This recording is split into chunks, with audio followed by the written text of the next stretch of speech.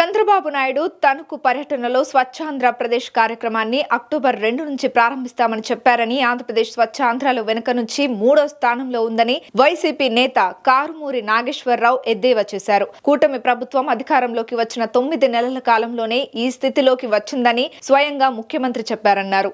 జగన్మోహన్ రెడ్డి హయాంలో తడి చెత్త, పొడి చెత్త అని ప్రత్యేకమైన వాహనాలు ఇచ్చి రాష్ట్రంలోని ప్రతి సందు తిరిగేలా ఏర్పాటు చేశారని, కానీ ఇప్పుడు ఎక్కడ చూసినా చెత్త పేరుకుపోయింది. స్వచ్ఛాంధ్రప్రదేశ్ మీద ఆయన అక్కడ రావటం జరిగింది. ఈ కార్యక్రమం అక్టోబరు 2 నుంచి స్టార్ట్ చేస్తాం. ఈ స్వచ్ఛాంధ్ర ప్రదేశ్ని బాగా తీర్చిదిద్దాలి, బాగా చేయాలి అని ఆయన చెప్పడం జరిగింది. మన ఏదైతే ఉమ్మడి జిల్లా ఉందో రాష్ట్రంలో కింద నుంచి 3వ స్థానంలో ఉంది. 3వ స్థానం కాదు, కింద నుంచి 3వ స్థానం. ఈ 9 నెలల పాలనలో ఈ స్థితికి దిగజారిపోయిందనే దానికి ఆయన నోటితోటే చెప్పారు.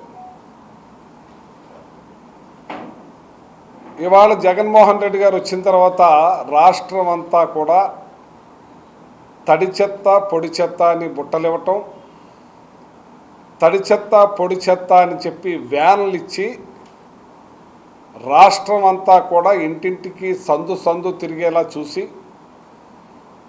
ఇంకా వెళ్ళలేని ఏరియాకి ఆ తోపుడు బళ్ళని పంపించి ఎక్కడా కూడా చెత్త లేకుండా పరిశుభ్రత కాపాడటంలో 5 సంవత్సరాలు మాకు చెప్పుకోవటం రాదు, చాలా బాగా చేశాం, అందులో ముందున్నామని చెప్పి సందర్భంగా తెలియజేస్తాం.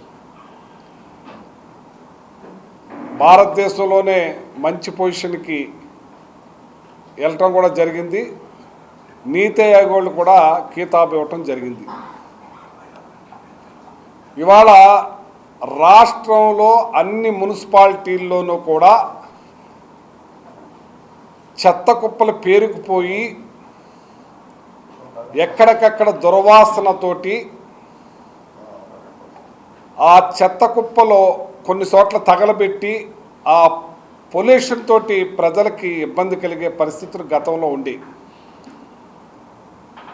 ఈ స్వచ్ఛ భారత్ ఆధ్వర్యంలో జగన్మోహన్ రెడ్డి గారు ప్రత్యేక శ్రద్ధ తీసుకుని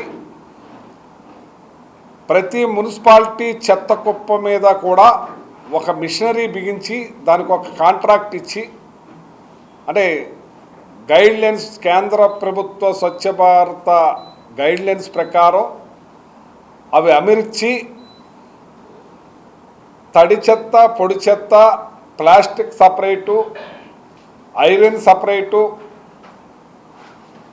మరి ఈ ఏదైతే పొడి ఉందో దాన్ని సపరేట్ చేసి ఎరువులు కింద కింద ఓడేటట్టు, ప్లాస్టిక్ని ప్లాస్టిక్గా అమ్ముకునేటట్టు, ఐరన్గా అమ్ముకునేటట్టుగా మున్సిపాలిటీకి ఇన్కమ్ కూడా ఏర్పాటు చేసిన ఘనత జగన్మోహన్ రెడ్డి గారికి దక్కుద్ది. ఇది మన ఆంధ్ర రాష్ట్రం అంతా కూడా మనం చేసాం.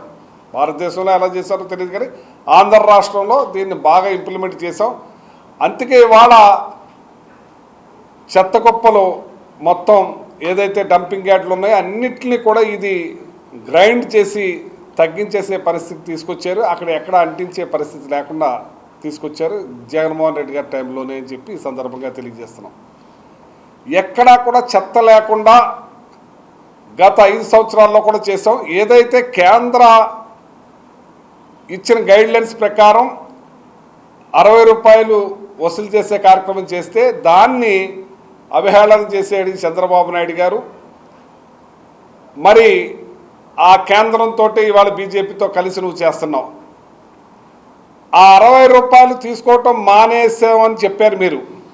60 రూపాయలు తీసుకోవటం మానేసి ఏం చేశారు?